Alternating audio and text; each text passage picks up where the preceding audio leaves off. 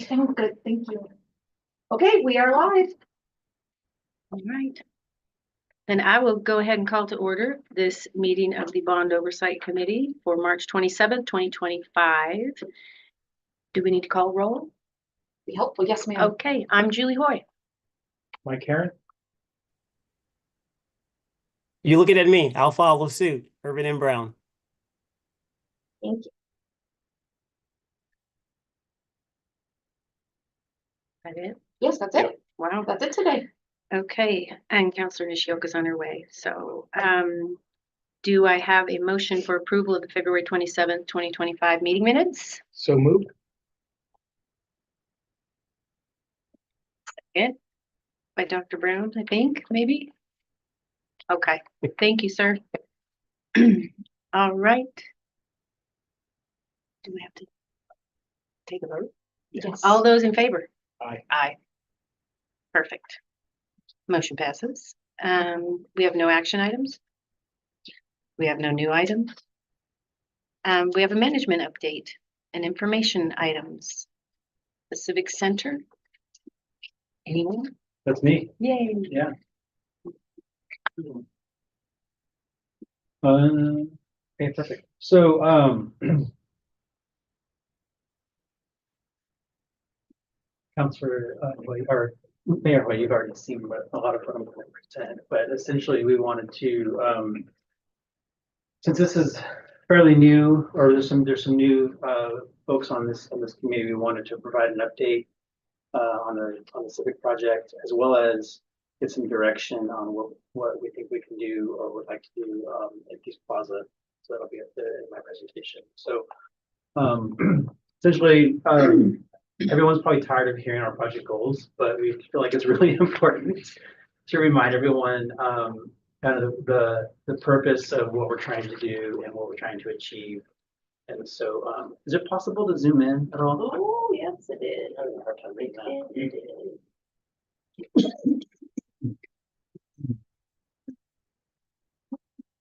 Perfect. Yeah, so essentially, as everyone knows, the seismic element of the project is the highest priority. And so providing a resilient, safe, sustainable building is essential to the project. And so we will be accomplishing that with this project. And then second on that goal list is trying to provide an inviting and accessible space for the public. Really improving the access and the wayfinding. We've heard from folks over the years that this building can be a little bit difficult to navigate. When you enter the space, it's really hard to know where to go, know where you should be. And some of the nooks and crannies are, really felt to be unsafe and dark. And so we're going to try to improve that. And then lastly is to provide a 21st century workspace. What does that mean? Well, it's trying to provide workstations that are more accommodating, provided more efficiencies in the workspace in general, kind of relay out how staff interacts, removing silos that have been created over the years with ad hoc improvements that have happened since this building was constructed. And so the previous bond committee, when we first started this project, we had some really big ideas. We wanted to do a lot of things, and we quickly realized we weren't going to be able to afford a lot of what we were trying to accomplish. And so we spent a lot of time within this committee going through the options and trying to prioritize what things we can do, referring to the previous slide of the goals that we're trying to achieve with this project. And so through our design build contractor, we were able to develop some cost estimates for each of the items that we were trying to consider and think about what's the most important. Thinking about, we're in the space, we're moving staff, and so now is the time to do some of those really intrusive improvements. And potentially we could defer on items that we felt like, well, they could happen at a later date if we were to ever come up with some additional money. Some of those things could be improved upon at a later time. So what is included, obviously for the exterior seismic upgrades, as I mentioned, that's the #1 priority. We are also providing new roofing on this main structure, and providing improvement to the new skylight or the atrium right out here. Because as you know, it leaks. It's the same plexiglass material from the original construction, and it's UV damage over the years. And if there was going to be a seismic event, those would come crashing down in shards, which is obviously unsafe. And then providing accessibility to the site, so better ADA access, clearances, and those kinds of things. So that's what we're going to be able to do with the exterior. I glossed over Peace Plaza fountain upgrades, and I have a question mark there that I've added. Originally, when we were meeting with the previous committee members, the desire was to do something in Peace Plaza, and it was thought, well, maybe if we could re-energize the fountain and get it back going, that could help provide some interest in kind of revitalizing that space. But I'm going to get to that in a little bit, because we did meet with the committee prior to our last meeting in December, and the committee felt like we might want to hold off on fountain improvements for several reasons that I'll get to, but just kind of we'll stick a pin in that. Interior improvements. Fire sprinklers throughout. So with this building, somehow when it was constructed in '72, did not have fire sprinklers installed, even though that was the code at the time. So we're having to go back and make sure that we provide the fire sprinkler system throughout. As part of that process in constructing the fire sprinkler system, we're having to remove the lighting and the ceiling tiles, and so we're also going to be replacing those as well. Which will allow for kind of interior refresh. Mechanical systems above the ceiling tiles. I have a slide here in a sec that shows you kind of existing conditions, and it's not great. And so it was deemed a high priority as well to provide funding to replace those systems. And again, that's something that we're up in the ceiling, we're removing the tiles, really difficult to do at a later date. And so while staff is out, we can accommodate that. We are providing some necessary upgrades to a few restrooms and new furniture and workstations throughout. We are, where we can, we're repurposing existing furniture. Stuff like this, these tables and chairs are really great, and so it's likely that like this room would be very similar, probably minus these chairs over here. But anyway, we're looking at and inventorying what we have available that we can repurpose, and then should try to minimize what we will buy new. What's not included, so like I said, we had some pretty big ideas. We wanted to replace the windows. We wanted to do extensive Peace Plaza upgrades, and those things. We wanted to improve the parking lot structure and improve upon the water intrusion that's occurring there. And unfortunately, those were items that were a little too costly to accommodate, and so they were removed from the priority list. Similarly, on the interior, we had some big ideas about potentially moving council chambers into this interior space. We heard a lot of feedback about how council chambers has a lot of issues, and so one idea was to try to bring it into this into the interior space. Unfortunately, that wasn't something we could accommodate. So we are doing improvements to council chambers to improve upon it, but it'll be in the existing space. What else here? We talked about enclosing the atrium and creating a whole kind of quasi interior space there. And again, that was something that we just couldn't do. So. All right, so back to this first goal: seismic upgrades, building systems and upgrades. So the next slide shows you kind of some of the existing conditions we have here. So we have paper ductboard above the ceiling tiles. We have rusted pipe. That's an example of a piece that the facilities had to remove over the years. And so it's at the end of its design life and seen as a high priority to replace. So that work will be happening along with the fire sprinkler system.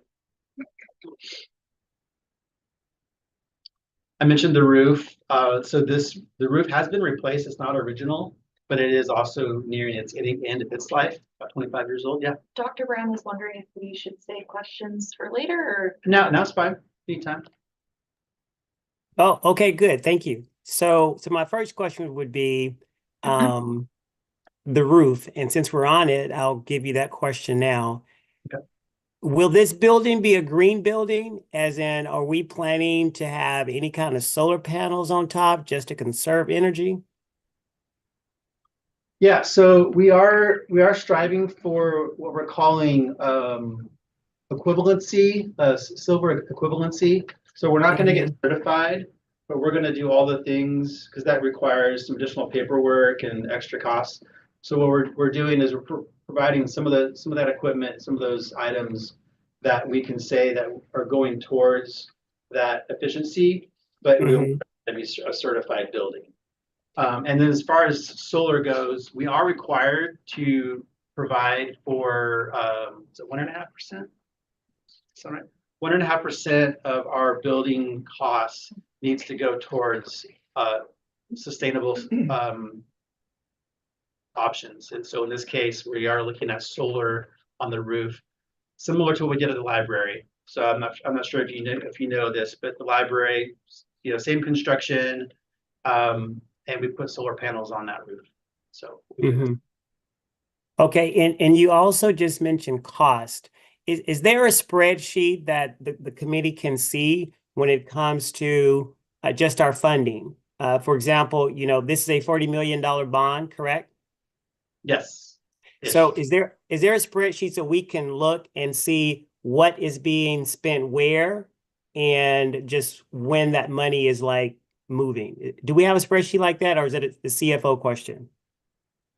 I don't have one today to share, but we do have, as part of what Howard Us Right is preparing for the project, and as part of their, at each milestone, they've been costing and estimating what these improvements will cost.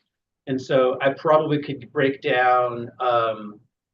a breakdown of what that would look like. So overall cost, and then an itemized list of roof X amount, seismic, another total interior work, that kind of thing.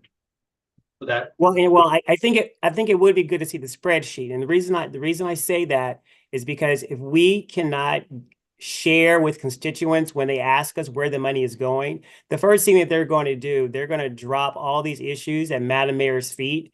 And so we just need to make sure that we can see where the money is going so we can explain it to people, because a lot of constituents across the city, they are struggling with how we're building this when they don't know where the funds are coming from, versus we're also going out for a levy. So there's a lot of confusion out there, not from people in this room or in this setting, but we just got to figure out a way to be able to explain that to the community about how much funds, where it's going, like the timeline. So those matters really mean a lot to us. Okay. Yeah, we can do that. Okay. And you mentioned earlier about the fire sprinklers, like you got to put those throughout the whole building. Are we having to do any upgrades about our electrical system? In general, no. There are some minor improvements that we're making, but for the most part, the electrical system is in good working order. And we're going 50 years back, so I'm assuming everything involving code, nothing has changed in 50 years, or we got to make some changes to the electrical system? No, I think some of that work has been improved over the years. And so we're making minor improvements. We're adding, we don't need to add capacity to the space. New lighting. We are replacing some of the HVAC systems, the VAV boxes that control the temperatures in each room. But as far as full-on electrical upgrades, they're not required. Okay. And one final question, at least for the moment. So you said we're going to do some upgrades to the council chambers. Does that include enhancing the whole safety protocol? Like, are we gonna make some changes so when people come into the chambers to where we can just know whether or not they have any weapons on them, or we're just gonna leave things as normal? Well, as part of our improvements, we're not providing any kind of, metal detection or weapon detection systems. We are, essentially what we're doing is making the space more accessible. We're gonna get rid of the kind of sunken floor and the multiple stairs that are surrounding the space. And I wish I did not include a slide that represents what we're gonna be doing to the chamber, so I apologize for that. That would really good for me to do. One of the things we're gonna be doing with council chambers is rather than have the council sit in the middle and have everyone around them and, to their backs, we're gonna reorient the space so that the councilors and mayor and those folks are kind of in a more traditional setting where they're up front along a desk, and then the audience would be out in front. And so from that perspective, it's I think we're trying to answer that kind of counselors feeling uncomfortable with people behind them, having to turn uncomfortably when there's conversations, that kind of thing. Yeah. As far as exiting the space, there's still only going to be the two main entrances. And so there has been conversations about during a meeting, maybe one of the entrances is closed off. It would have to stay open for emergency egress, but we could control the entrance point so that folks are coming in from one space rather than on both sides. Yeah. Well, as you can tell, I have a lot of questions, right? And I think that there were some decisions made on the previous committee. So we have new members now. And so all the questions I've asked, they're all legitimate questions, but they are concerns that many people have. And so I think it's going to be important for us to be able to see the spreadsheet for all expenditures is where things are going. Because I can tell you right now, when it comes to the safety of people in that space, safety is a top concern, right? And although we have, first responders in the space with us, personally, it's just not, you don't feel safe, especially when your backs are turned to either one of those entrances. But I know that's probably another conversation for another day. But I just want you to know that these are some concerns, whether it's the safety or whether how much money we're spending or whether to make sure that we're just, being accountable to all of our funds. That means a lot to this group. And so I just want to be mindful of that. Sure. Thank you for that. Appreciate it. So back to the roof. It's 25 years old, so it's nearing the end of its life. There is a known leak that the facilities has spent at least $20,000 over the years trying to find it, and with very little success. So it was the priority of the prior committee members to make this a priority to include with the project. And in doing so, it actually also saves us some energy savings, not a significant amount, but every little bit helps, I guess. So we are tracking at probably about a $90,000 savings over 5 years with the new roof. I have a question. Yep. Aaron. So sort of piggybacks on Councilor Brown's question about the roof and solar panels. Just to be clear, we're not pursuing any sort of certification. We're not going through. Okay. Want to put that in right? We are not. We're not doing it. It costs too much money. So this is just kind of a quick synopsis. I don't want to spend too much time on this because I know the next topic is going to be pretty long. So this just reiterates, we've got an old building. It's big, it's heavy. It's actually 3 or 4 separate structures if you count the council chambers, and they're all separate actually, and they move in different ways. And so if there was a seismic event, that would be catastrophic. So this project's going to be providing for seismic shear walls similar to the library construction. It was actually, for the library project, and the same for this one, it's a really effective way to get the seismic stability you need at a fairly low cost in comparison to some other options out there. Next slide. This is just an example of the upper right shows the existing wall at the library. And then the rendering at the bottom is what we're proposing to do here at the Civic Center. So, similar design, similar aesthetic. We wanted to try to create some consistency across the campus since it is the Civic Center campus. And so kind of bringing those designs together helps that. And the other thing about this is, if you didn't know, this building is a historic building. It's on the historic register, over 50 years old. And so that just is another challenge, I would say, that we're having to design around to make sure that what we do to the building is going to be okay in the eyes of the historic committee. And so we actually just recently found out that we got approval for moving forward with our design. I think it's still open for public commentary, but we're not expecting to hear anything, any kind of negative feedback. So we're moving forward with that.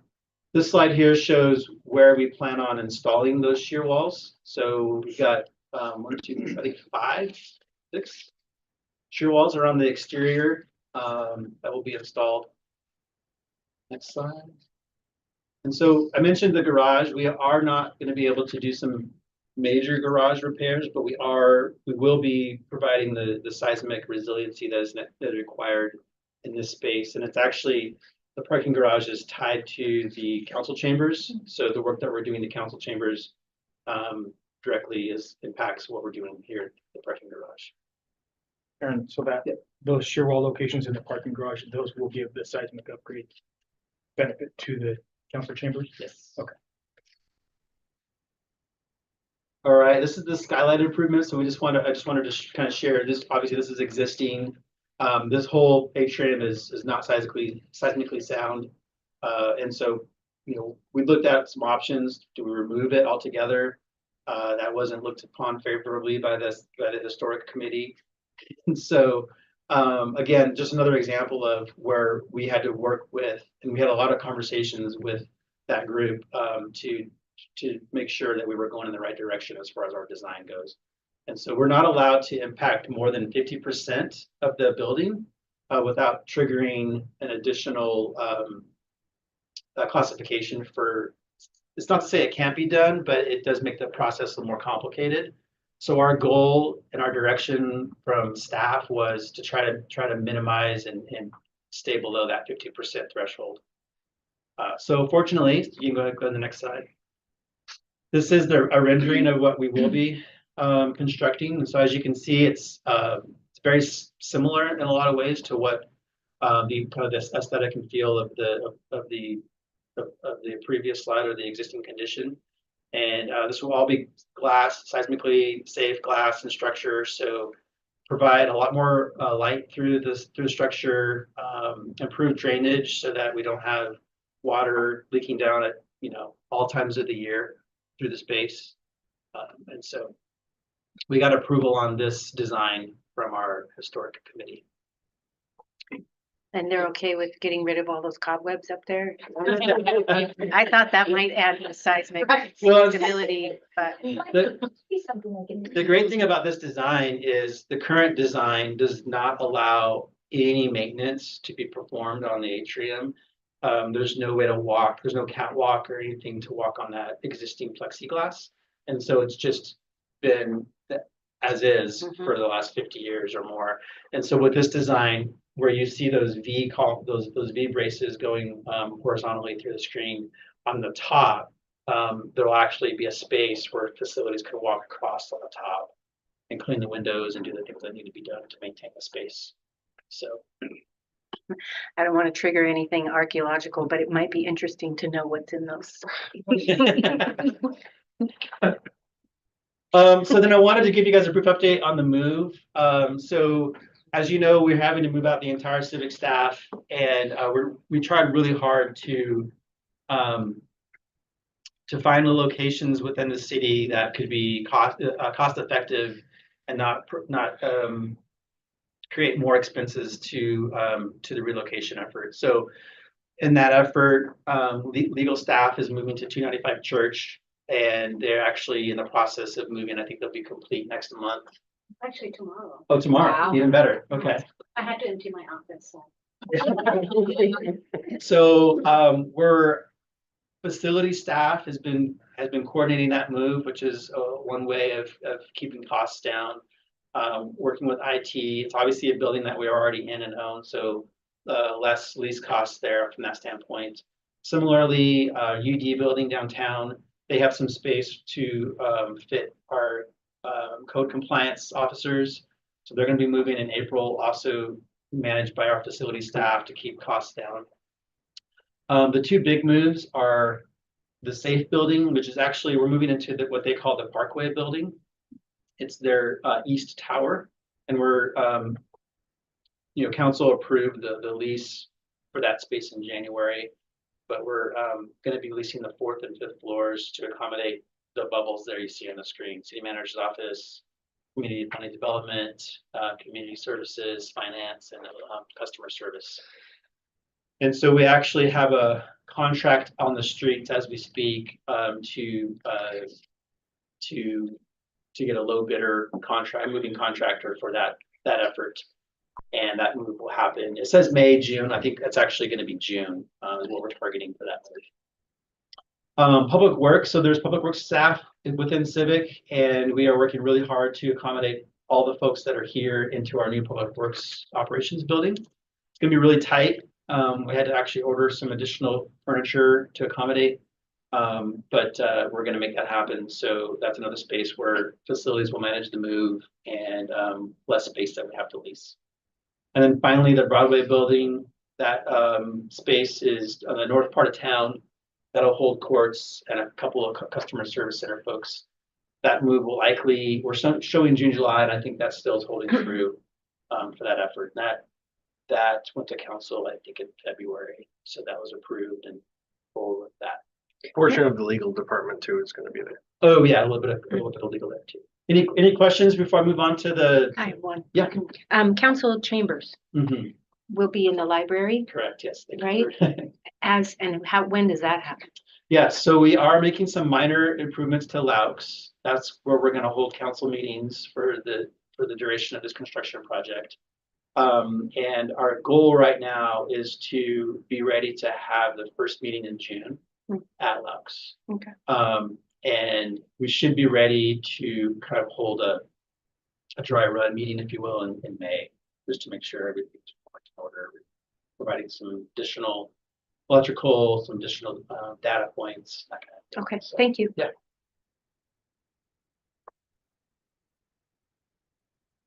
All right, so I guess this is some direction I need today from this group. Like I said, when we met with the previous committee in December, they had indicated that it was desirable to do something at Peace Plaza.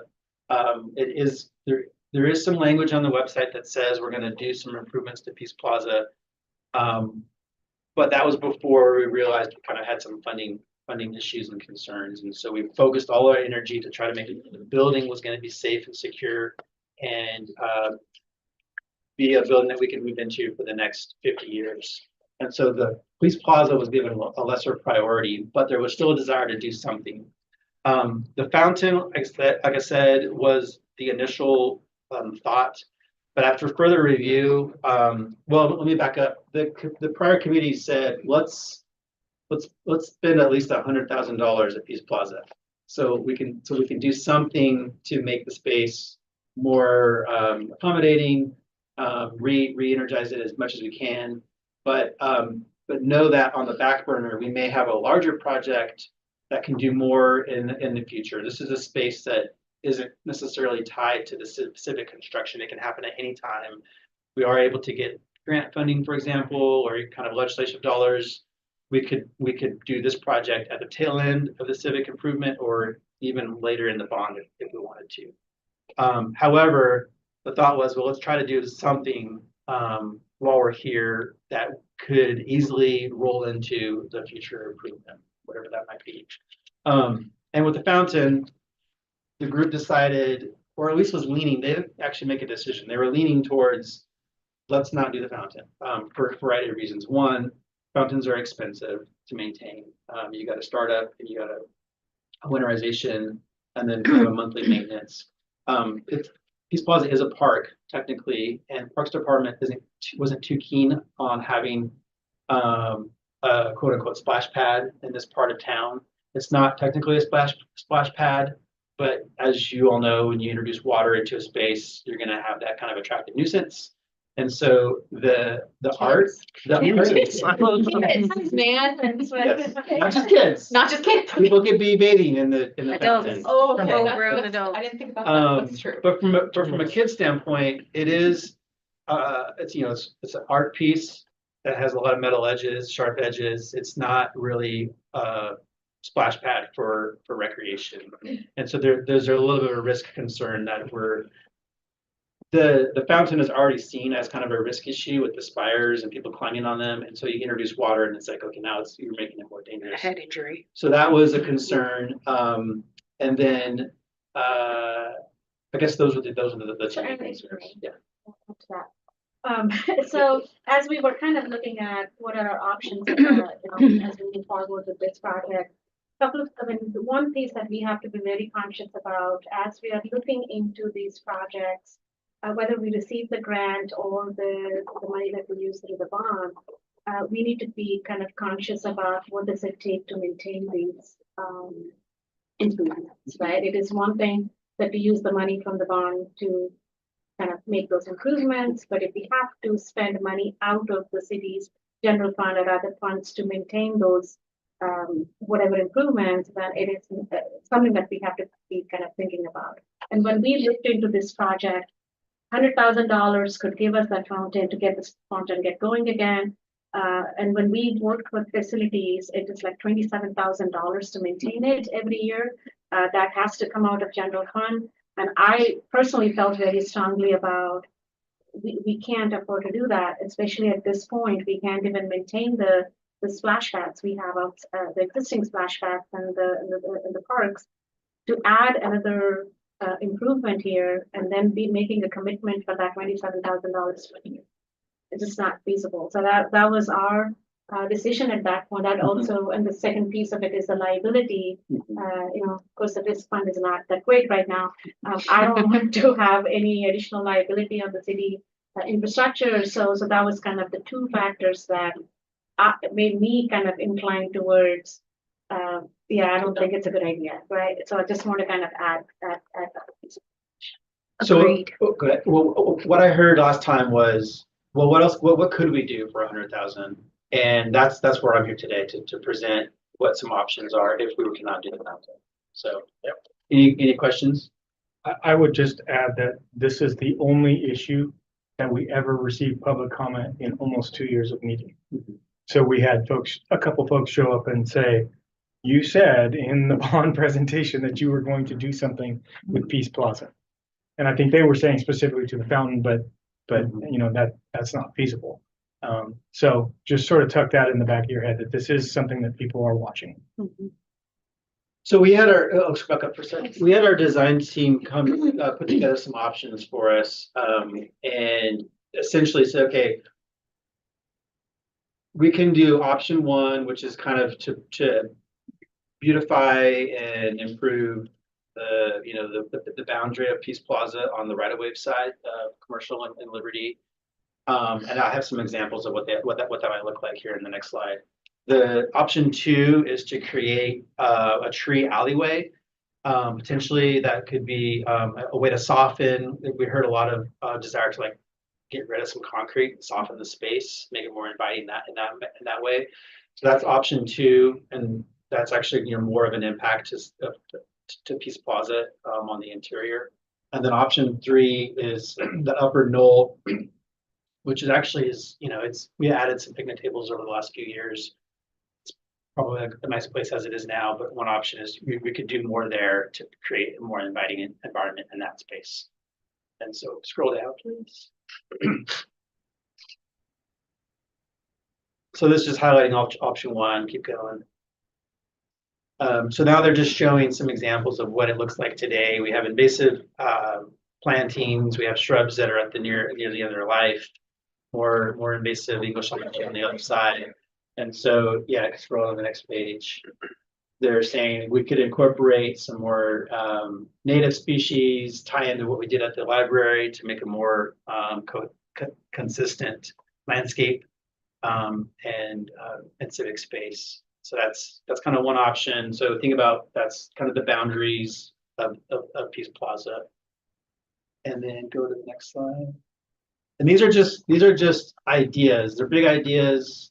They're what we'll do is if we can get direction on let's focus on option 2 or option 3, then the design I can get that direction to the design. They can start having conversations with stakeholders, folks that are really that have a vested interest in Peace Plaza, and start focusing on more detailed design. Hey, Aaron, Dr. Brown was wondering if there would be any money set aside from the bond for maintenance. Is that your question, Dr. Brown? No money from the bond set aside for maintenance. I don't know if that's even allowable. No, it's not. I guess that was one of my questions too. I mean, you have the operating cost for the fountain, but there's a maintenance cost for these 3 options too. Have you explored that? Yeah, well, no. I will say though that this Peace Plaza is already being maintained by Parks staff, and so whatever we do, well, it depends. I think if it's on the outside, if it's the right of way, it might be a different group. But we do have folks that are maintaining Peace Plaza as it is today. Yep. So if we have more grass, maybe there's additional mowing. If there's some irrigation that we have to provide. But I would say that all of these options probably wouldn't provide that much more maintenance than what we're already doing. Potentially. And I guess it depends on what we do ultimately. Right. Yeah. If it's a bunch of flower beds, then there's some additional. It would just be a shame to do it and then for it to not get maintained, to get run down. Yeah. So right now, the entire civic campus is maintained by Parks, and they do maintenance at the library, Peace Plaza, and then the plaza out front here around Mirror Pond. I have a quick question, I hope. When you say stakeholder, who is that? So there's multiple. So there SPAC is one, or I'm sorry, SPRAD, since it's a park, so the sale a park group. There is a Friends of Peace Plaza group. There is a UN group that does the flags. I think it's a pretty small group, but there are a few members that we've reached out to. Parks Department, obviously, since it's a park. Salem Public Art. Salem Public Arts was interested because of the art that's in. There's some murals on the walls. Yeah. Those are the top 4 That or 5 helps. that I'm thinking of. Thanks. Madam Mayor, I have a question. Yes, sir. Go ahead, Dr. Brown. Thank you. So just to follow that, and now please remind me your name again, the one who's Aaron. doing the presentation. Aaron or Derek? Aaron. Aaron. Okay, Aaron. So Aaron, so you've said the word cost a few times, Mhm. and this kind of goes back to, the original, just how much we're spending and where we're spending it at. And I'm going to follow up along with what our interim city manager said. So there is some concern for folks in this space when it comes to maintenance, right? Because it's on one side, we want to make all of these seismic changes and make it more safe. Yet at the same time, we do have to consider, the maintenance of what it's going to drain from the general fund, and also to think about if the levy does not work out in our favor, we do know that we're going to have to take those funds from an already stretched budget. And so a part of me is thinking I'm all about these enhancements, these improvements, but I think we really got to look at it again to say, okay, how much are we spending and where is it going? And I wasn't a member of this committee last year, so my questions may seem, redundant to you, but in order for me to, best, help folks in this space and also our constituents, I think it's going to be helpful for us to know exactly when it comes to those costs of what the amount actually is. Yeah. So the previous committee wanted to earmark $100,000 towards improvements to Peace Plaza.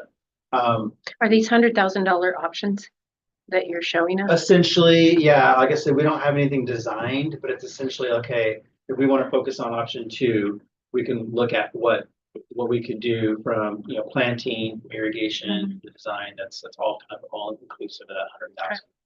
Thank you. But I think the other thing that I'm hearing is it would be good for us to bring back maintenance cost or whatever the preferred option or option. So that as we Right. take this towards completion, we're understanding what impact that Yeah. has. And I think, we certainly, like I said, we don't really have a design yet, so we could give direction to the designer to say, hey, what, are there low maintenance plants? Things that don't need a lot of water that can work.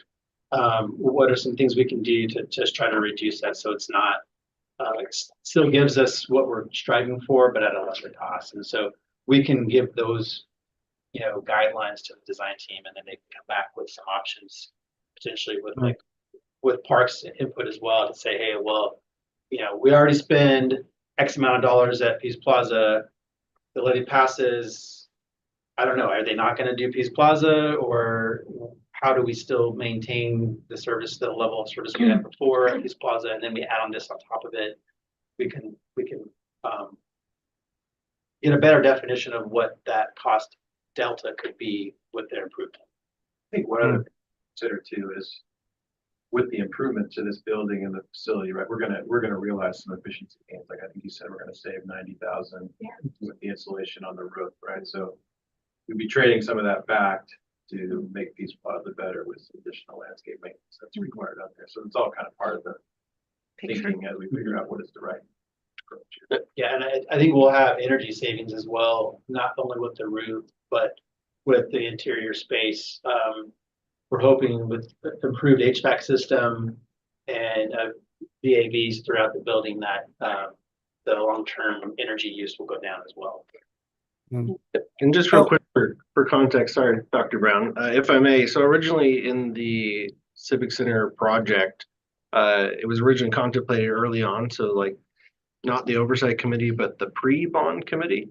We had $2 million programmed for Peace Plaza, which with a much more comprehensive renovation. So the previous group really narrowed that down to this 100,000. So it might still seem like a lot, $100,000, but it's not anything compared to what was originally contemplated. Wow, that's impressive. 2 million. So we're from 2 million to 100,000. Yeah. Okay. Well, I'm not going to comment too much on that, but I do want to just acknowledge the fact that our public works director there, Director Martin, and this is not a question for you, Director Martin, per se, but it is something I know you're thinking about, because whatever we decide to do, it's really going to impact your staff that's already, doing multiple jobs. And so I just want us to acknowledge that whatever maintenance that we're going to accrue from this particular design or just the building in general, it is going to impact our staff. And so I just want to make sure that that's in the space, because we already struggle with our current staff maintaining the dozens of parks that we have. And so anything that we do, if we add any green spaces to this, it's just going to already tap into a very strained system. So I just want to acknowledge that for the group, that Public Works has not escaped from this, and we need to make sure that we are mindful to advocate for those staff members that are already overworked. And if I may, just to clarify, so Parks is with Community Services, not with Public Works right now. So it's a separate group, not with Brian, but with Scott currently. Okay, good. And that'll be the same going forward? We'll see. Yeah, the point is You're well asking taken, all tough Dr. Brown. It's gonna impact somebody. You're asking the Right. questions. Go ahead. And I think, if I may, I think you touched on the right question. It's about if there's increased maintenance costs. So I would just encourage the group and the architect, so look for ways to reduce the maintenance, because what we're going to be looking at is we're not going to be irrigating, we're not going to be mowing. So if there's ways to reduce that cost. So if I may just kind of answer Councilor Brown's question, it doesn't matter which department these programs are under. The maintenance on this, whether it is facilities or parks, it is going to come out of general fund, right? So that's kind of why we have to be very careful about the type of improvements that we are. Yes. Thank you. And we do know that even if we do landscaping, it's gonna be quite a bit less than if we had that fountain we had to operate and maintain. So that we had kept a price for, and there's environmental issues that go with it. There's a lot more to a fountain than just turning the Right. water on. It's gotta be the There's right, health department. yes, Yeah. yes, Which is why we charge. Yeah, I can imagine. $2,000. I have a question. In these renderings, I don't see the fountain. Is it going away? No. Okay, So we're still giving direction to the design team to provide a design, like a greater design, like a big picture design. That we hope ultimately we can deliver at a later date. okay, And it may not have the fountain, but it will definitely still have the art piece. And so one idea is like, let's keep the art and make it the focal point, but remove the water element. okay. And so the spires might look a little different, but the center art piece would still be there and it would be more of the focal. And may I ask another question? Personally, as I look at these renderings, I like option 3. Just, it seems more useful to people, like places to sit and things like that that are established, rather than just a grassy patch. Right. To sit or throw a blanket or whatever. Just me Yeah. personally. That's exactly the kind of input we want to hear. So, so we kind of skipped over the option 2, which is fine. But yeah, essentially it's just a green alley, a tree alleyway is what the design team called it. To again, provide a softened space where people could have a picnic or sit during the day. And then going quickly to option 3,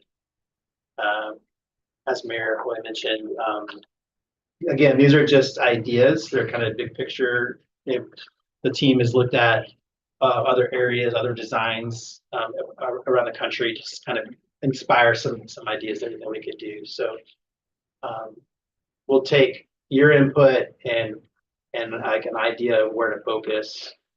Or maybe we want this option 3 idea in the option 2 location. That could be it too. I think, again, to all of the discussion points that Councillor Brown and Mayor Hoy have brought up, is we would definitely want to know what the maintenance costs would be with these different sort of designs, because we could, if it's just simply going in with a large mower and mowing quickly, whereas other designs may actually require more handwork. And so I think we need to be mindful of the design that I know most likely the one I like best, the design I like best is gonna be the most expensive to maintain, because What- that's what I'm looking for. Well, we've heard from parks, sorry to interrupt, but Yeah. we've heard from some park staff and they would not like what we're showing on the screen right now. It's labor intensive, you have to cut, you have to maintain. They love grass because they have mowers already in the system. You go in there, you mow it, and then you're done. And so I've seen park staff and other projects around town where we have done really nice landscaping after our project is done. They've taken out some of the landscaping to provide more grass space because A, it's more usable for people, and B, it's really easy to maintain. So we haven't talked to the park staff about these options yet, but I could imagine that they would, while it looks really nice, they might decide that this is labor intensive here. Unless you go with a low maintenance shrub or plant that doesn't require a lot of cutting and pruning. So I think there's options. So what direction again are you looking for from? us? I think ideally it would be where we want to focus our attention for this $100,000. Do we want to try to beautify the exterior on option 1? Do we want to focus more on the plaza with option 2, or revitalize that upper bluff that is up there? So Going back to something you said at the very beginning, which is that I don't know if there's a timing thing that's driving this. Like, this is something that we could set aside for another 5 years. yeah, we Or have 4 years and determine kind of what this overall city budget looks like in 2 years from now or 3 years from now, and have a better sense for, maybe we can do different options that require maybe a little bit more ongoing expense, or maybe, no. It seems like if we can punt a little bit, maybe it's a good time to punt. So we've punted on, we have punted to this, so we haven't done any design right now. Like, that's why you just see big blobs on the screen with really no details. And so we have, in that sense, we've punted to any design. But we have heard that we want to do something with the project up to 100,000. And so our design team is ready to go and do that design, and we can bring that design back at a later date. But they need to know like where to focus their attention, how, so they can start thinking of ideas. And then, like I said, ultimately, we are still having them as we meet with the stakeholders. We're going to get an idea of a big picture, like how do we see the Peace Plaza working? What are the things that it's missing? What do we like about it now? To try to influence the greater design, but then whatever we do with either of these options would fit in with that design. So it's not, we're not having to redo anything, but we will at the end of 2027 be able to say, yeah, we did some improvements to Peace Plaza with this project, and then we could come back at a later date and do more if we could have savings from the project. Yeah. We have a $40 million project that we're carrying contingency, and so if things go really well, we could say, oh, and we would come back to this group and say, hey, we're removing a lot of the risk. We have some extra money. How do we want to spend that? And then the question is, well, do we spend it in the building? Do we spend it at Peace Plaza? Do we, what do we do with that? So the question is really about initiating design, right? It's not so much about we're going to put a shovel in Peace Plaza in 6 months. No, yeah, that's why we have delayed on this, because it can happen late in the project. It can be one of the last things we do. This doesn't really impact our permitting for what we need to do inside the building, the structural elements that we do. So we can carry this design kind of delayed from the other design, and then implement that work later. You might also explain how Peace Plaza is going to be used as staging. Very good chance that a lot of big equipment's going to be sitting there and doing the work for all of this, and that's going to affect the concrete, and so there's going to be a need to do something.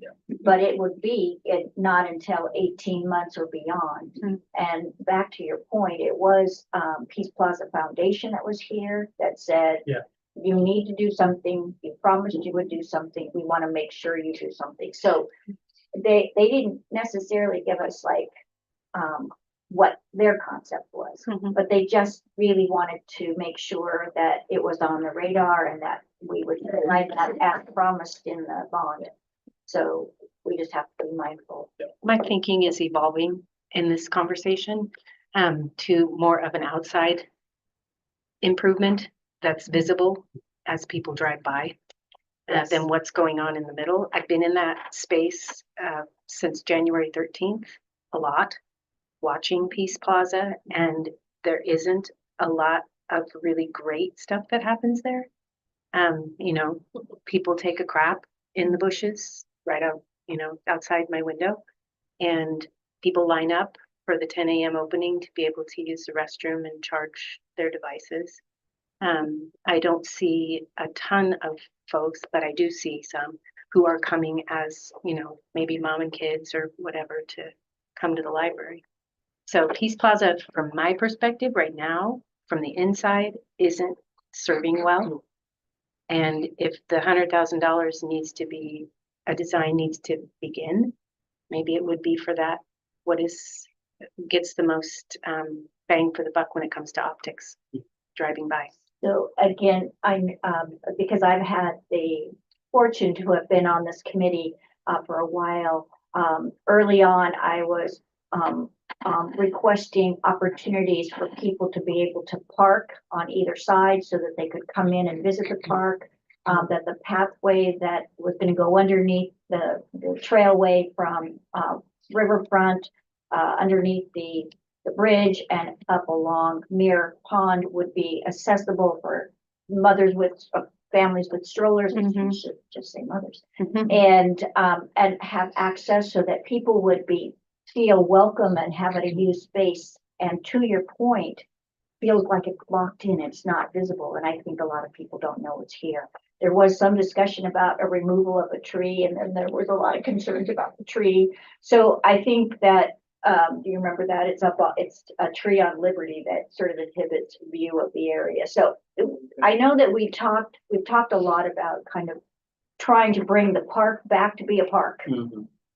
And so I think that the designs, and even in the fall, Aaron had an open house to show these design concepts. Not a lot of people came, but those that came provided some great information. We have to look at the artwork because it's Excellent. part of the historic. So there's, again, a lot of stakeholders, there's a lot of things that have to be maintained, and it's just trying to get it all to fit within this site. But back to my original point was, it's gonna be used for staging. And so we're gonna have to do something afterwards anyway, because it will not look very good after it's been used for staging. Well, I mean, just to be clear, if the contractor damages it, they'd be responsible for fixing Oh, it. It let's ask wouldn't, it them to wouldn't be. damage it really bad. That's actually the tree discussion came in too, because we talked about the staging area by the library drop boxes. Oh, is that right? And there's that Okay. big tree right there that overhangs, and I think in all these. Was that part of it? Saw was heavy equipment coming in there, and I'm like, wow, good luck. So anyway, there's still, If they do damage, it would likely just be concrete, replacing concrete. They did, I think they might have done some of those panels with the library design, construction, but they actually fared really well. They did a really good job of protecting it, during.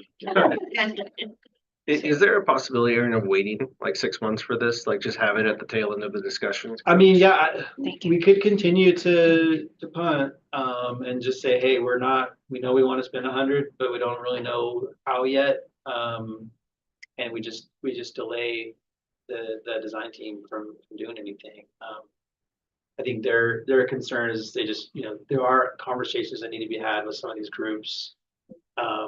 Again, that's more about the bigger picture, not necessarily about what we're doing with these small elements, but I think they're just anxious to get started. So have these been discussed with the stakeholder groups? Other than what I said before, is that whatever we do would complement the bigger design. But I do think that, regardless of the levy, if it passes or not, we still have to be mindful that the small costs running, right? And so I think we need to be looking at that, whether it passes or not, is that what's the lowest, yes. long-term maintenance cost options are. And so I think you can look at what those might be, with either any of these that we're looking at, knowing that we have to keep that in mind. But I also agree that we don't need a decision now, other than letting folks know that we are looking at it and we're not going to forget about it. We just have a lot going on at the moment, and a little bit of time helps provide some clarity. So Brian, thank you for saying that. I think for me, it's that what does it cost to maintain that over a 20-year time frame, right? Instead of looking at what does it cost today to kind of, Mhm. so we differently. I guess my question was, could you ask the stakeholders if there's a preference? Like between the options? Yeah, we could.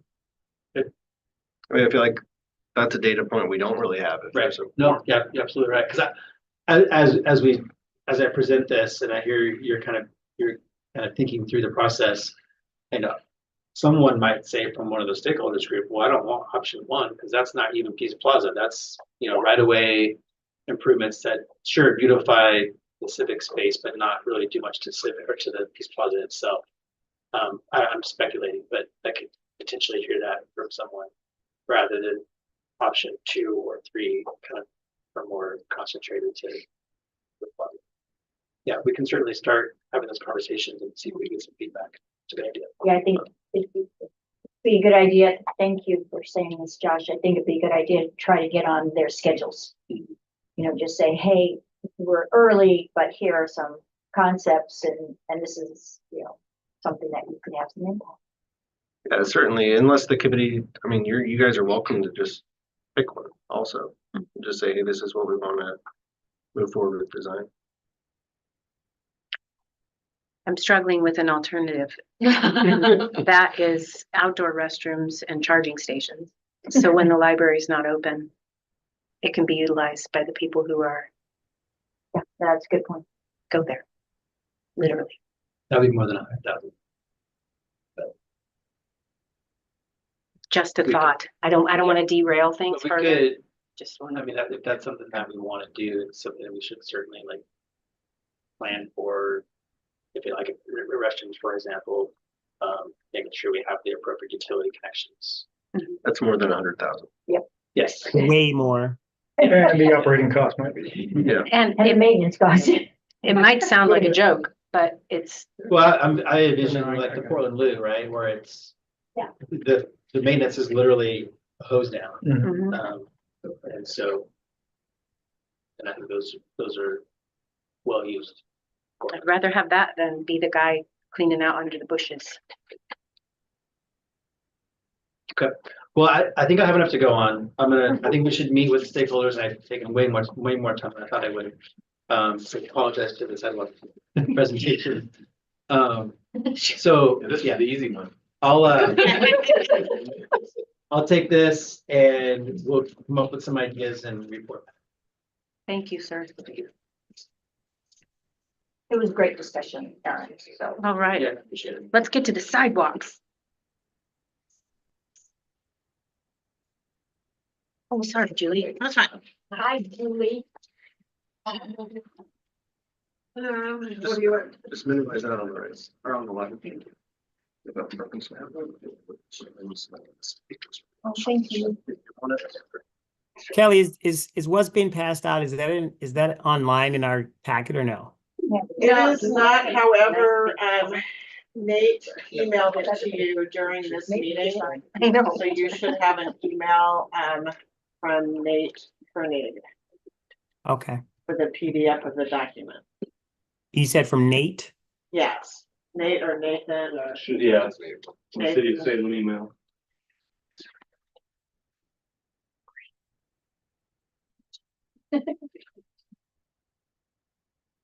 Okay, so, Julie Hanson, and we'll get to this in a moment. We're gonna start with a little bit of background. We're here to talk about some of the transportation buckets in the bond. So we're gonna do a recap of those transportation bond buckets, and then we're going to talk more about sidewalk infill, which is what I'm talking about, and then Brandon's gonna take over and talk about sidewalk replacement. So as a reminder, the bond included some buckets. There were some parks ones, but then the transportation ones were sidewalk pedestrian crossings, sidewalk replacement, and sidewalk infill. So today we're talking about those second two. So on the sidewalk infill. So our goal today is to hopefully, if you guys are comfortable, get your support of a preliminary recommendation for sidewalk infill projects. And we'll recap the process for people who haven't been following or don't remember where we are. So go ahead. So the process that we went through for all of the buckets is we initially sought public input about possible locations for all of these three different buckets. We then took that whole list and evaluated against criteria that the committee and council had approved. And then we developed preliminary cost estimates. And with those, we've developed this preliminary recommendation. And so we're seeking your endorsement of that. We will then, once we have your endorsement of the preliminary recommendation, we need to do more outreach. We need to go out to neighborhoods and property owners. We'll gather that feedback. It may modify the package, and then we'll come back to the bond committee for a final recommendation before going to city council for approval. So as a reminder, the criteria for sidewalk infill included an equity lens, also street classification, which was sort of a proxy for the volume on the street, proximity to schools, transit, and parks. So during our public outreach, and so that was basically almost 2 years ago now, sort of scary. We had 225 requests were submitted for a sidewalk infill. We scored 206 of those, 19 were not really relevant or applicable. So then we looked at the priorities once we ran it through that matrix. The main driving factors in the scoring were the street classification and the equity. We took the top 20 projects, and you can see them shown on the map here. And we developed cost estimates for those, preliminary cost estimates. Those preliminary estimates was in excess of $50 million. And so, you know, we only have 6 million. So that was sort of our pool for trying to develop a recommendation.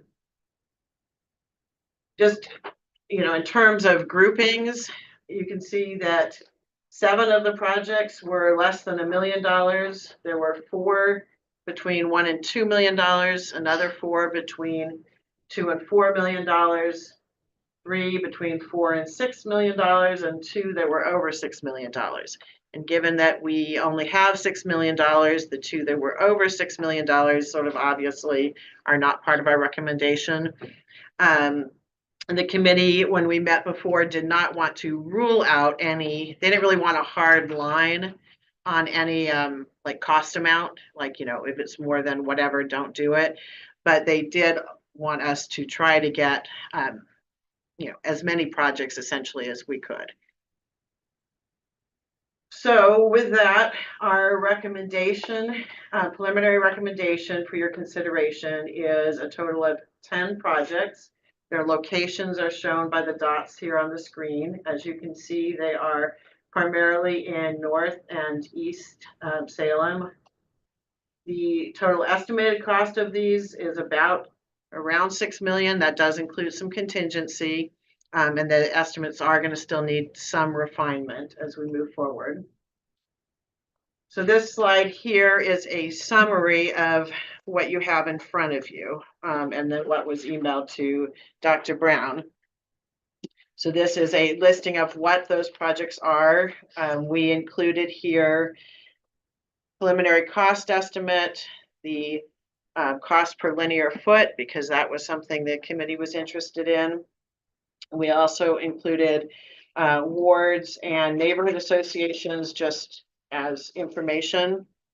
I will point out that the project here that's listed as number 3, the Fisher Road project, is a little bit unique because this one is one where the cost of this is actually much higher than $375,000. But we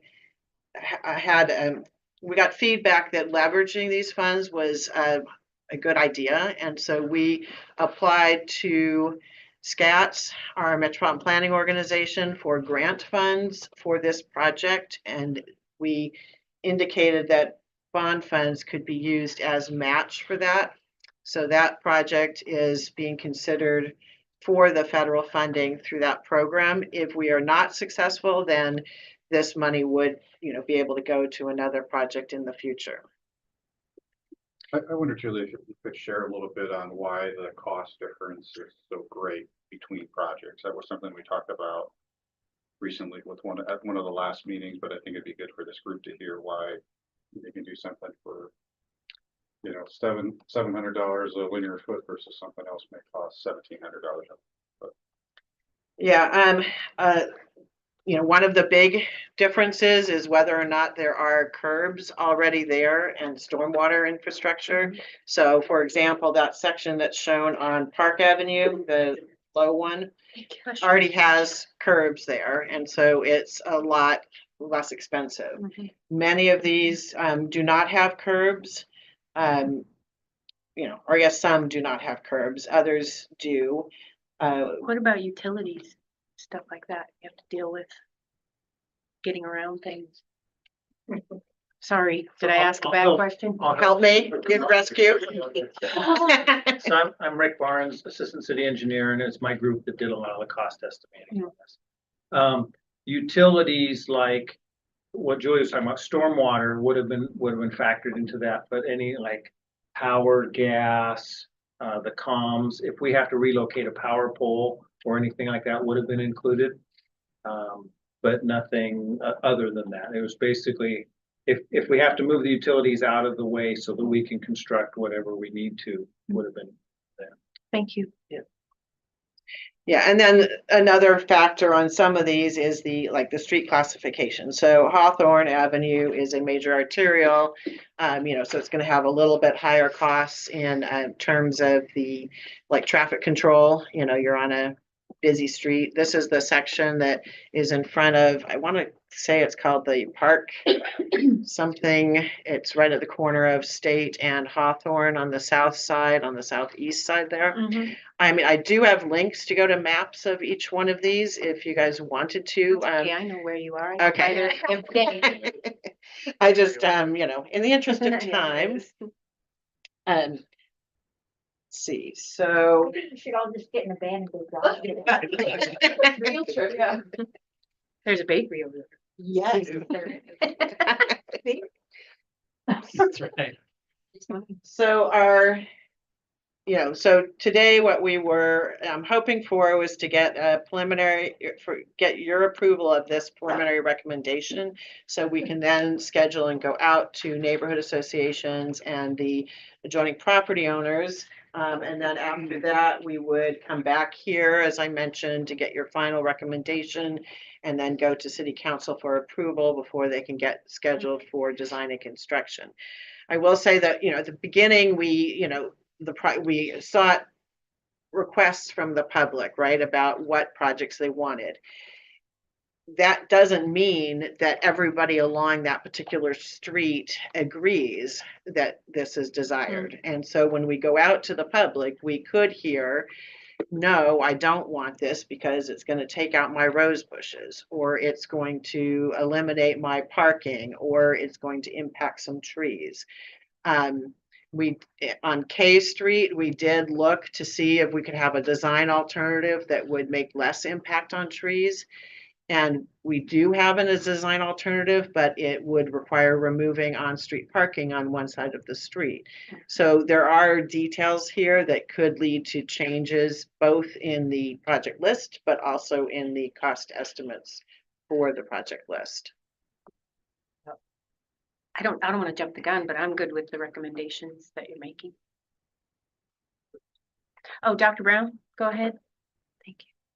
So I have a question. I have two questions, and one is more, I think it's philosophical, and I think Director Martin has already answered this, but I don't think I've said it in this particular setting. So thank you for the presentation. I absolutely love it all. My first question is, when it comes to back to maintenance costs, right, of our parks, and if by chance, the levy does not pass, and we've already started working on these parks, is it wise to continue to do all the enhancements, knowing that we will not have, all the needs or the resources to take care of the parks? So I could go ahead and answer that up front. These would be sidewalks along streets, so it would not be a parks responsibility to be public works. So through our gas tax program. Oh, perfect. Yeah, with the new sidewalks going in, it'll actually be probably less maintenance for us, at least now. 50 years from now, it'll be something we're worried about.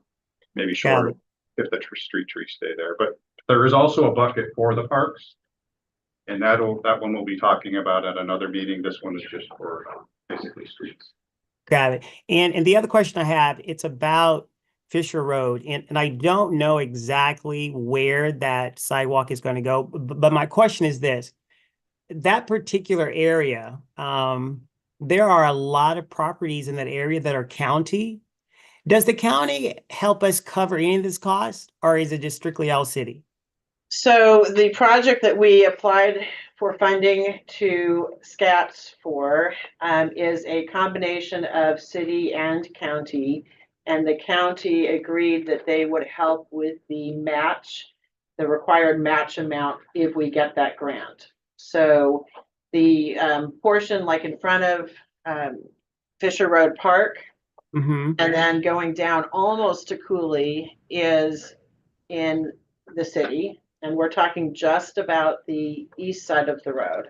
But then when you get to Cooley, that lot just north of Cooley and south of Cooley, those are county properties. So the county would help provide a proportionate share of the match. That's similar to what we have done when the county has gotten projects. So the county's project that is coming up on Center Street has a little bit of portion of city, and so we are providing some proportionate share of the match.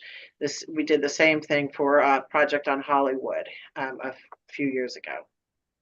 Well, Julie, I want to say thank you and kudos to you and your team, for doing a lot of that behind the work scenes, because that definitely matters. So thank you for sharing that with us and, just keeping, our partnership with the county, keeping them abreast of what we're doing and also making sure that they can provide some funding. So thank you to you and your team. Welcome.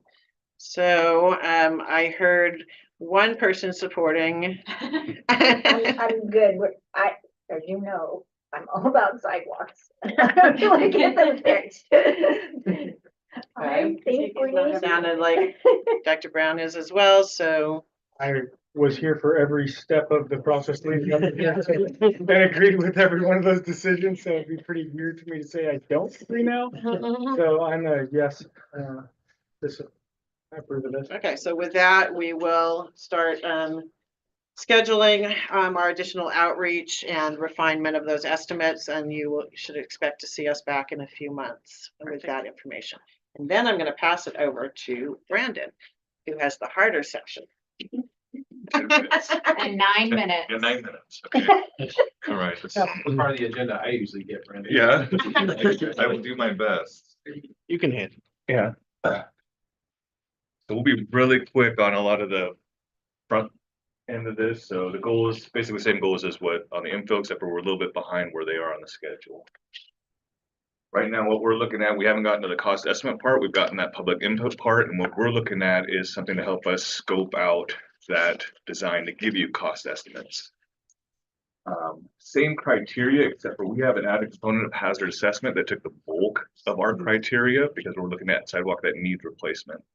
The proximity, the schools, transit, parks, and street classification all had to reduce as a portion of that in order to meet our 100% and maintain the 25% for equity. On our initial public outreach to the bond, we received 555 requests from the public just for the bond.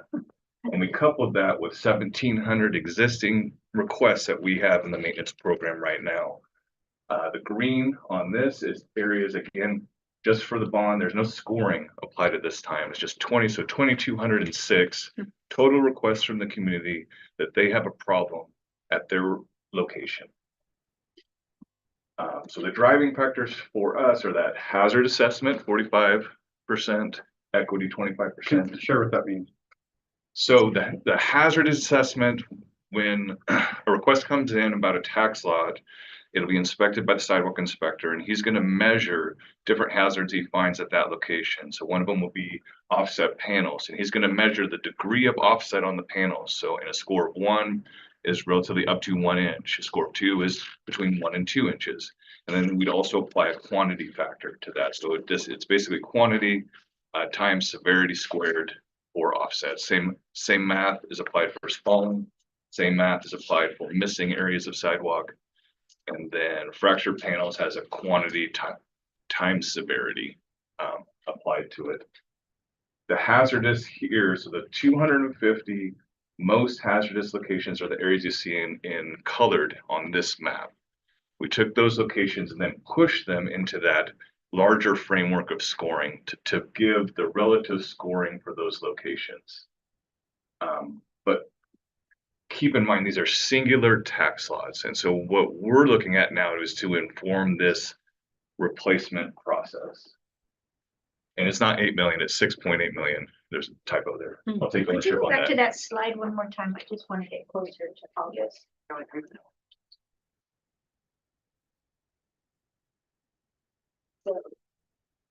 So you're really looking at more the higher, I would, part of this on what we need to determine here is on scope, and what that scope is going to mean effectively is how many of these higher level locations get addressed or how many of the locations in total, if that makes sense. And we'll get into kind of what does that mean, right?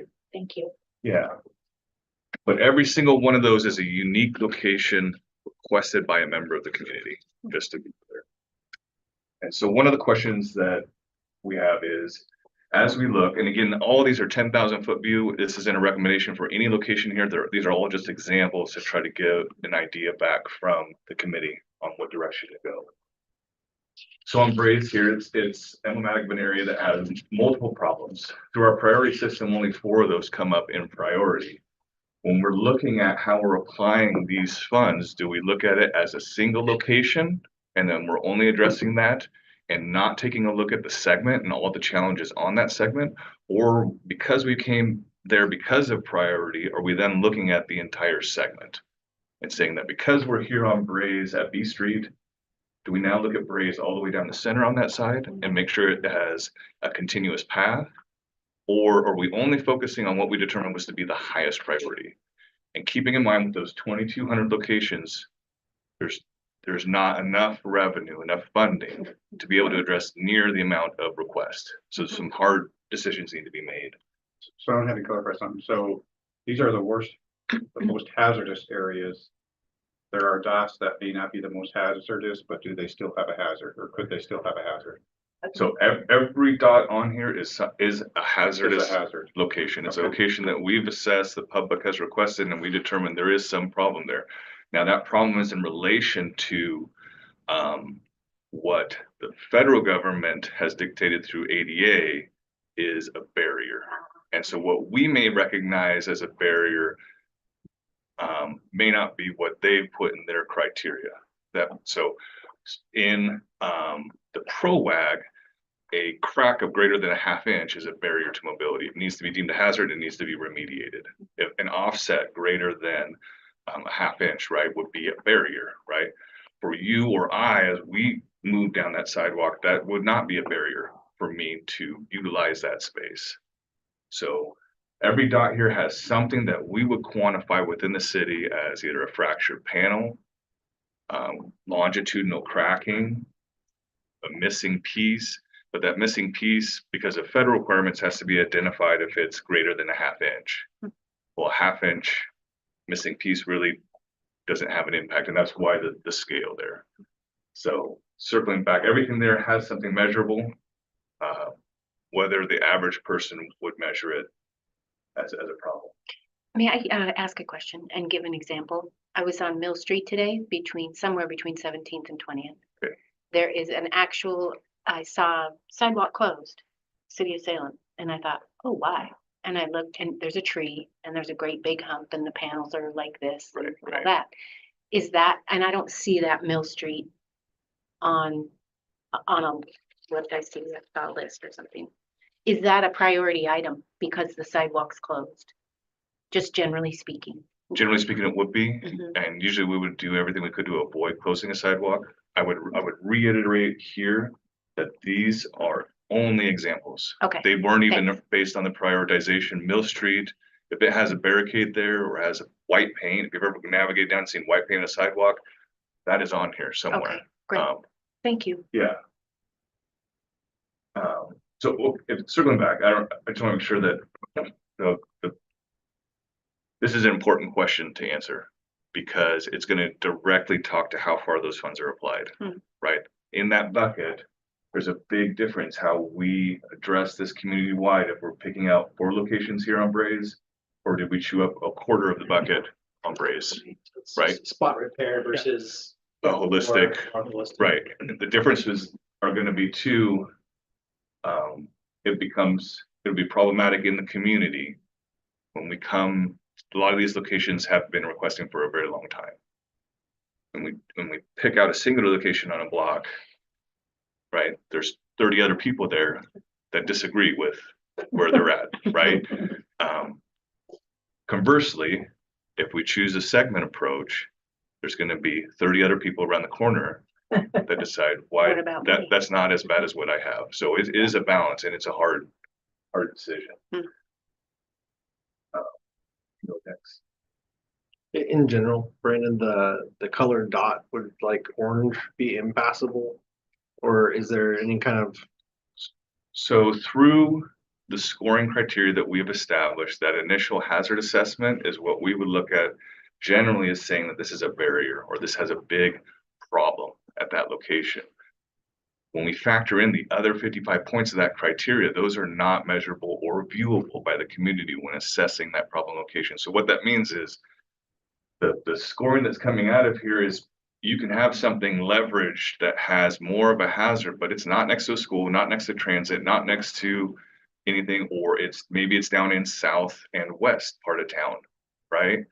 And so you're going to lose that hazard value as these other factors are applied. And that's everything there with the colored points means that all of that other framework's been applied to it. Is that?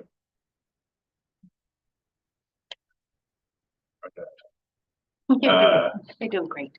So another example, it's kind of the same as Braze, but a little bit different here. So using Highway Avenue, it is the last point between Portland Road and Silverton Road that allows east-west access, right? Before you go north of that, you have to go through the neighborhoods and big turns to make that connection. In this example, we have higher priority locations on both sides. When we go to look at those areas, if we have those, do we individually look at those locations and maintain their priority level, or do we say that, oh, we've already made a continuous path on one side of the street, we're now not going to address things on the other side because we're going to go apply that funding elsewhere, right? So on infill, we kind of had a consideration that we wouldn't do that. Are we applying that same framework to replacement? Again, looking that person here and that person across the street are going to look straight out and see the same problem. Why? Right? And that we should be able to answer that.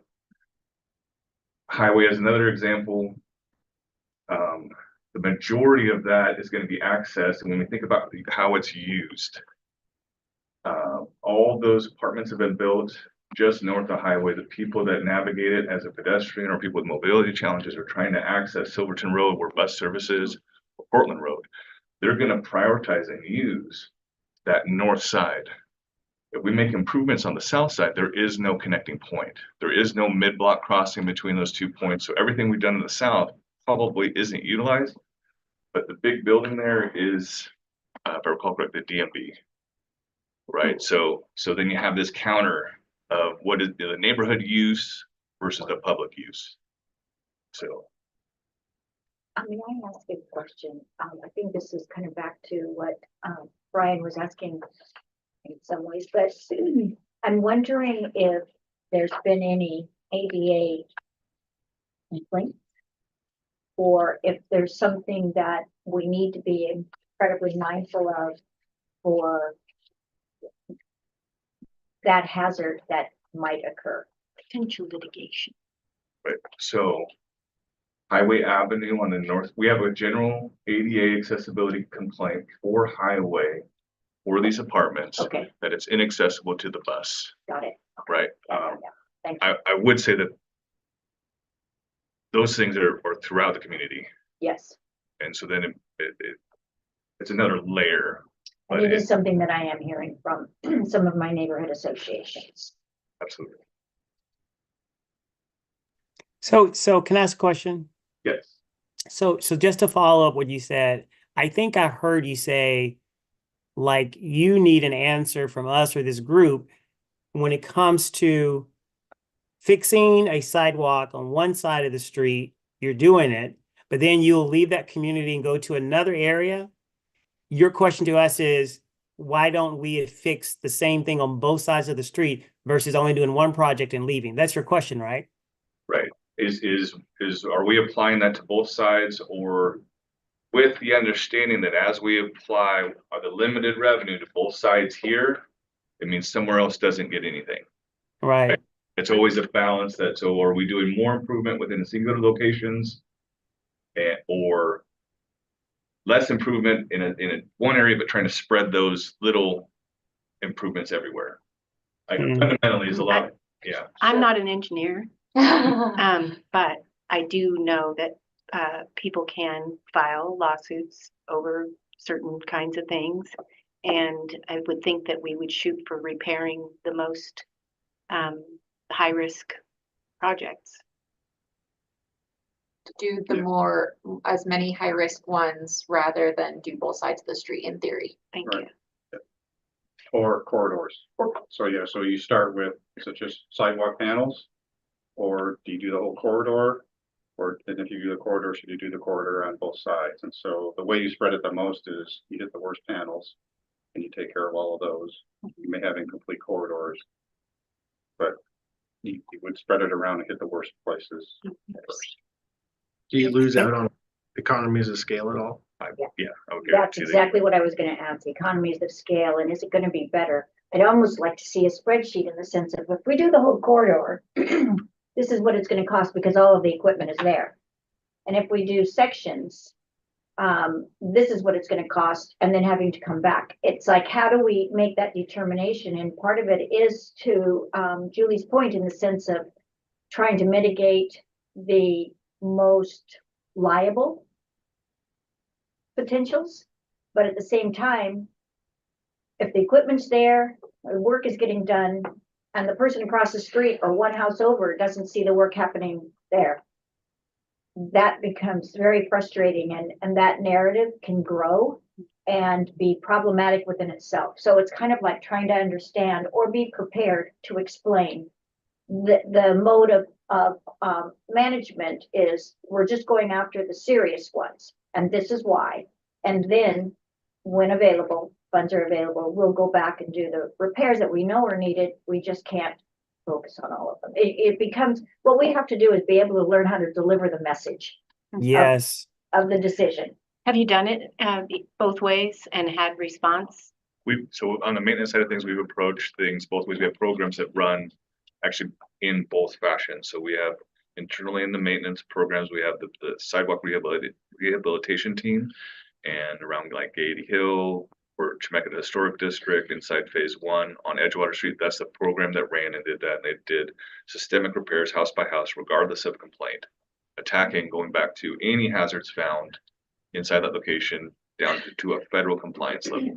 So any of those things. And then those properties were then turned over to the adjacent property owner for future maintenance according to our revised code. We also have a response program that hits out to different neighborhood associations, and then we'll do just this, where they go and they attack that, what we're qualifying as the worst problem at that location, but then won't, in general, touch immediately adjacent issues or challenges, and they have a more spread out approach. So we have kind of both. Do you get more complaints from one or the other? So I have the luxury of having a position that gets nonstop complaints. Nobody is a fan of what we're doing, right? There is too much need and not enough being applied to it. Response has the drawback of that when you come to that location, they could have a complaint that why not this, and you have to explain the parameters, but then also give them an explanation that I may not revisit this location 5, 10, or 20 years. Rehabilitation is the opposite of that complaint, where it's the person over in a different area saying, why aren't you coming to my area? Whereas everybody within that project zone is extremely happy that I can say, oh, hey, well, next week we'll be there, or next month, but you are immediately quantifiably in the future for replacement. So Brandon, I think the biggest thing is having that narrative to communicate that the staff that are out there doing the work have the narrative that needs to be delivered. That's the same narrative that I, as a counselor, would deliver to a neighborhood association. We need to make sure, because I have had people say, I went and talked to the person working, and they didn't have any idea what they were doing or why they were there, in a sense. Or an explanation as to why they're not doing the other side. So I just think that it's going to be very important. Fact sheet. That, yes, exactly, that we make sure that the communication and the narrative delivered by the people that are actually doing the work, and the counselors, and whoever else interfaces, needs to have that narrative down. Dr. Brown, did you have something? I do. I'm going to follow Councilman Ishiyoko's remarks. Yes, it is the messaging, right? It's the narrative that we have to tell all of our constituents. And just for the record, Brendan, tell us what ward is this that on the screen right now? What ward is this? That is 5. Five, yeah. Thank you. I already knew that, but I needed you to say it. So when it comes to the messaging, and I'm gonna just put my business into the street. When it comes to messaging, it's one thing to go to neighborhood associations, but we all know that neighborhood associations, it's one voice. It is not a multiplicity place where all voices are heard. Because when you have people that live in apartment folks don't show up to neighborhood association, so they never know why this sidewalk got the work and not the other. I agree. And obviously, Thank you. yeah, and obviously you can't fix the neighborhood association, but that's something that counselors have to fix, because if we don't have clear messaging, I can tell you who they're going to be mad at. Oh, well, I'll spread it around. I get the calls, I know, yeah. Can I have your card? I have a question. So this is similar to the infill. Are there any opportunities, any projects where we've got like these high hazard red dots, where we have the opportunity to leverage other projects through the bond? Or We're getting Future or slides. funding, or other Right. funding? Good job, Mike. And I would lean back to some of my peers on, I don't usually work inside of a grant and matches or things like that. On the maintenance side of things that generally aren't available to me, so I'm not as familiar with those, and that they would have better understanding on those applications. I would just say that you might have noticed a little bit of a difference between two slides. We had one slide that said there was $6.8 million for sidewalk replacement, and another one that said there was a total of $8 million. So the total was $8 million, but the previous, the bond committee had agreed to allocate 1.2 million of this bucket to leverage pavement projects that were happening in 2024 and 2025. So it's on Commercial Street South, there was a sidewalk repair done right out here on Liberty, and then some on Silverton in a 2025 pavement project. And it just kind of speaks back to, there's another slide coming up, kind of asking that same question. There's other areas that we can look at and know that we have challenges. One of the requests from the previous committee was that we have a public outreach and identify those locations prior to any more utilization of this bucket towards these locations. So, heard that. One of the things that we talked about was that. So we're 10 minutes over. I just want to make sure folks are okay before we. I have a 2 o'clock I need to be at, so I don't have to go far. So. Dr. Brown, are you okay? Counselor Nishi, okay? I'm fine, Okay. yes. On the hazards, just making sure that we understand or that we're communicating the same way about what they are. So sidewalks falling is basically that kind of release of the top surface of the sidewalk. It becomes almost chalky in the substrate, and that top surface will just start coming off. One of the big challenges on that is for people, generally people who are mobile or people who have extreme mobility challenges that are in a wheelchair can navigate those spaces fairly well, unless they're on a steeper grade. It's people that have low mobility, or maybe they use a cane, or they aren't quite 100% comfortable on their feet, but are bipedal. Loose gravel. It's loose gravel. So though it's almost like marbles for them, and then cause slips, trips, falls. Yep. Versus offsets. And so right now in our hazard assessment, we're equating those two things as equal. And so part of the direction I was hoping to achieve from the committee is, do we move forward with that designation, or just as purposes for this rather than on maintenance? Are these two different obstructions? Do they need to be quantified differently? One of them is obviously a challenge to anybody to navigate. And the other one has challenges that is a portion of the public. One of the benefits on repairing spalling from just a logistical standpoint is you generally have less extra cost with that. A group can move in, make that repair. You don't have to navigate a tree issue, or the offsets. The majority of offsets in our community are caused by trees. Right. So on a tree situation, you have to figure out how to either navigate that sidewalk around that space, which is either going to take a right-of-way purchase or coming back far enough that you can make a grade any way that you navigate around that root system without removal generally means you're doing a shorter term repair, right? So instead of It's getting gonna the change. 50-year, 60-year life you would want out of the sidewalk, if the tree's not removed, you're generally gonna get maybe a 10-year life, 15, and then you're gonna have to start seeing maintenance again on that. Another challenge on this is kind of circling back to that that segment concept. When we talk about certain areas in the community, you're gonna see where the both sides of the street have these mature canopies that have been established. Every single one of those trees has this issue. Are you deforesting that urban canopy? Or are we making right-of-way acquisition purchase? Are we changing the structure so it's on-street parking? All of those things are, if you're gonna do that systemically on a segment, suddenly added a lot of cost in order to make that happen, right? It needs to be thought of in that cost estimate before we move forward, kind of with those concepts. I'm also very curious if has been any improved materials that could be used that might not have these same kind of issues over and over again. To try to keep the trees, but have something else that has. Or something that moves with. Right, so there's a lot of stuff I've heard that will have a different approach towards navigating around the roots. I don't have any experience seeing something that doesn't then increase you on labor cost. So to maintain, because as soon as you have any degree of separation there or lifting, so when you think about those polymers, you'll sometimes see rubber mat concepts Yes. or pavers, right? Oh, they can grow with the roots. Well, you just grew a tripping hazard, a Right. slipping hazard, right? And now that needs maintained. So I'm not aware of anything that long-term doesn't have similar labor Somebody needs costs. to invent it. Yeah. I agree. A question about the other photo. Do you go all the way across the driveway, but not repair the driveway?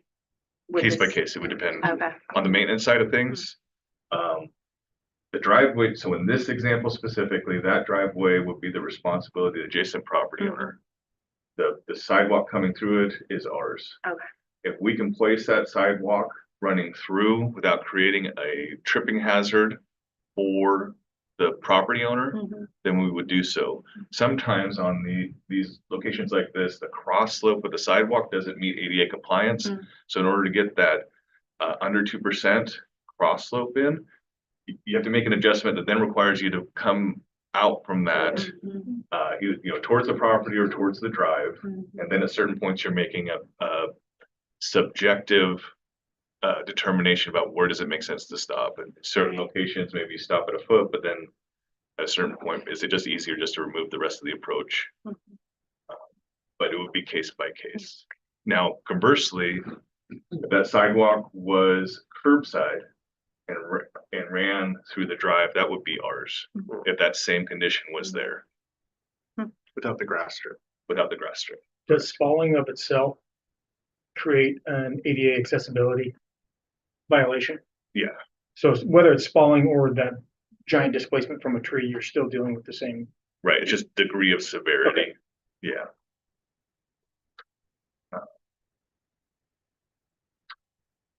Circling back, another question is whether does proximity to something else we're doing have any implication in our selection? So in this example, we have these adjacent requests for service. Does that factor in when we have a known project, we can leverage proximity, right, to get more than if we chose a different location somewhere else, it suddenly costs us more to do the same thing. Because the purple is one of the recommended projects for infill.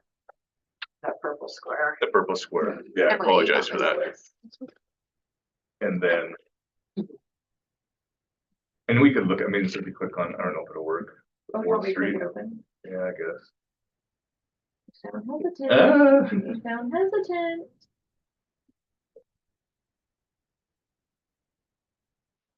Look at that.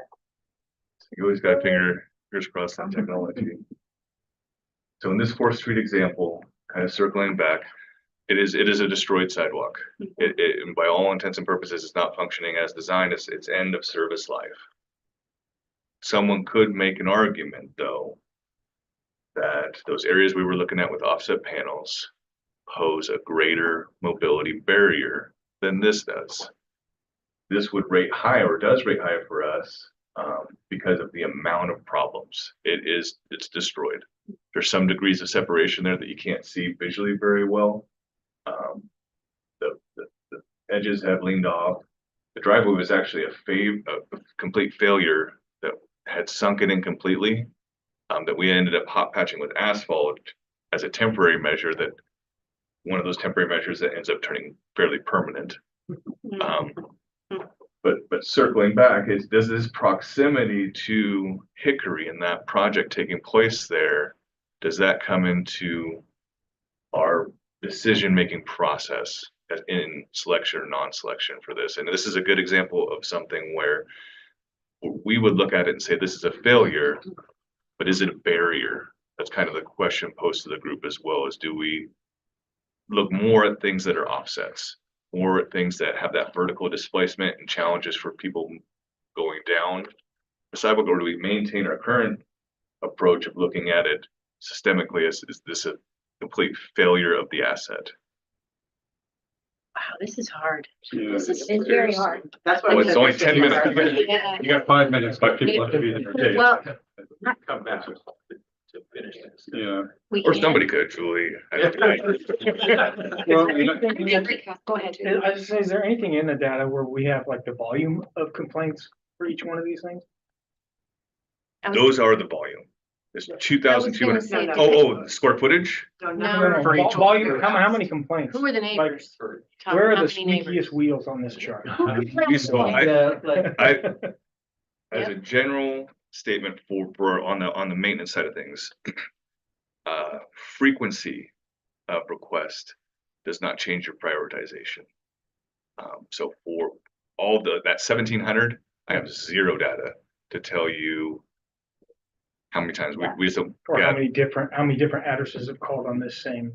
right. I don't. How many attorneys? Because have you heard once from? the one Have we- so- complaint's been made, it's been made, so it doesn't get added. Or have you heard from We'll ADA? add other service requests, but just as a general, how we track it in the system, we don't Yeah. place a priority. on the I have people that call me every 6 months. Where am I at? Where am I at? When are you gonna fix it? Or they'll reach out to other people, hoping that Right. that frequency will leverage a change in the program. But it is not, it's not something that we quantify. Now, what did happen through bond and what does happen for us is a singular person can call for a region. And that one person, we would look at each location, assess it, put it into the system under that one person's request, right? That does happen frequently, where somebody will say, hey, all the sidewalks on 17th are bad. All of them. Okay, all right. Well, I think if I could understand the cost ratio difference, that would be helpful, but that data may not be available. I would probably say that, again, if we had good messaging, that it would be best to do the most hazardous, and then go back to do the rest. But again, it's just trying to be concerned about liability issues and speed at which we could get some of those really offset problematic areas. No, so circling the liability, I mean, I'm not an attorney, I can't speak as an attorney.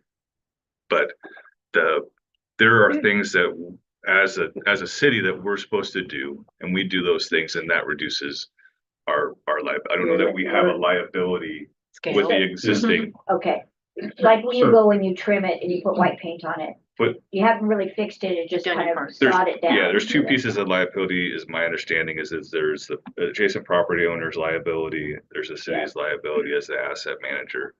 Their liability is to notify the city of the issue, the challenge. Our liability is to put it into a system to seek to address it. All we can address is the things that we have available revenue for, and to follow our procedures for doing that. But again, not I wouldn't. Can I propose something? This is really deep. Yeah. Could I propose that we take a look at, with the money we have, if we did the piece, the singulars, how many we think approximately we could get? Project. And then if we did a corridor, what that would look like, how many corridors we would think we could get. And then maybe that helps frame It helps us sort of what we should determine. do. I was gonna ask, like, the one, all things being equal, what's the cost differential between infill project versus repair? Because at the end of the day, list is gonna look a lot like what we had for infill, which is, wow, we can only do that many. Correct, that's what. Right, and I have a feeling it's probably the same story, so knowing that it's probably gonna be 6 to 10 might help us Right. sort of That- funnel things down Mhm, to a smaller group of potential projects. mhm. Yeah, and I think that then it'll really frame what the next, oh, any decision is right. Mhm. It's just what is the Yes, best one of the exactly. ones that are. right. Yeah. Liability matters, and I think optics matter. Yeah. If there's a really serious situation that's not being done and we're improving a throughway Yeah. somehow, and folks are driving by going, what the heck, this sidewalk's closed, and Yeah. it's not being fixed. It's hard, when the complaints come in, it is hard to say, well, we were in your neighborhood and we won't be back for a couple of years, and they Yeah, have one or of those 20. things where it's lifted 8 Right. inches. Right. It wasn't as bad as the others. Right. That's a really hard Yep. answer. I would say that as we apply anything except for hazard as a framework for decision, you're always gonna have where the hazard becomes less important. Hmm. So having understanding when to quantify, we place one thing against the other and look at it and say, well, this is obviously more hazardous. 55% of our framework doesn't deal with hazard, right? Yep. Right. Schools and other. Yeah. All these other things are changing. Yeah. What we're viewing as a priority because of the application of those other criteria. Hmm. And I think Dr. Brown, did you put a comment or a question? Yes, please. Oh, sorry. Yeah, it was just a comment.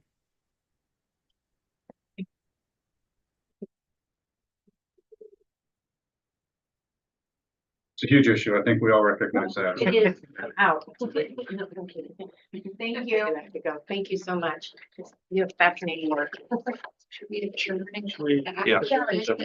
April? We can come back in April with, Yeah, we'll come back. in April. So, did we get your comment? Yes, Dr. Brown says, for the record, I'm not in favor of completing high-risk projects all over the city versus completing projects in a neighborhood. In essence, one neighborhood at a time / leverage proximity. Okay, great, so thank you for that. We'll bring it back. Do I need to adjourn us or can Councilor Michelle take that on? Either one. Can adjourn us. Okay, beautiful. All right, Thank you. so any other things that anybody wants to add? So, Just really quick, yeah, please. good news to end the meeting on, we bid the sports courts project Tuesday this week. Our insurance estimate was 1.8 and the low bidder was 1.45. Ooh. We're still trending in that direction of some savings. Some on projects. savings. And very good bids. Just Keep that up That's there. really good. please. That's great to know. I think you talked about that last time too, about good bids. So thank you. Anything else? Then I get the privilege of adjourning us. Thank you. Thank you, Dr. Brown.